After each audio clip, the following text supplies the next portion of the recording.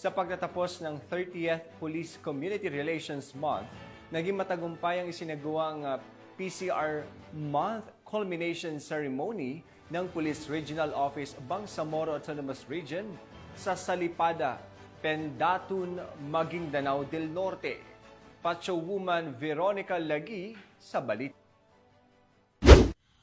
Pagtatapos ng pagdiriwang sa 30th PCR Month, isang matagumpay na 30th Community Relations Month Culmination Ceremony ang isinagawa ng Police Regional Office Bar sa Salipada kay Pendatun, parang Maguindanao del Norte, nito lamang ika-31 ng Hulyo taong kasalukuyan. Pinangunahan ni Police Brigadier General J. Senasi de Guzman, Regional Director ng ProBar, katuwang ang regional staff, stakeholders at aktibong dinaluhan ni Attorney Fad A. Candao, Regional Director ng NAPOL-COMBARM na nagsilbi bilang panauhing pandangal. Sa naturang seremonya, binigyang pagkilala o parangal ang mga kapulisan at organisasyong naging katuwang sa pagpapatupad ng mga makabuluhang programa at aktibidad na tumutugon sa pangangailangan ng komunidad sa pamamagitan ng paggawad ng Plaque of Recognition.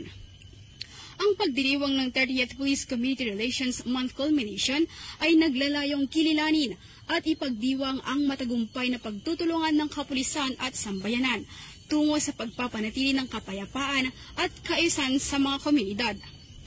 Layunin din itong bigyang pugay ang mga inisyatiba, programa at mga individual na naging bahagi sa pagpapatibay ng ugnayan sa pagitan ng pulisya at mamamayan sa ilalim ng temang Sa Bagong Pilipinas, ang gusto ng pulis, ligtas ka. Binigyang diin din ng naturang aktibidad ang pagpapalalim ng diwa ng pagkakaisa, malasakit at pagtutulungan para sa mas ligtas at mapayapang pamayanan. Mula rito sa rehiyon ng Bangsamoro, ako ang inyong Police News Network Correspondent, Patrolwoman Veronica Lagi, alagad ng batas, tagataguyod ng Balitang Pulis.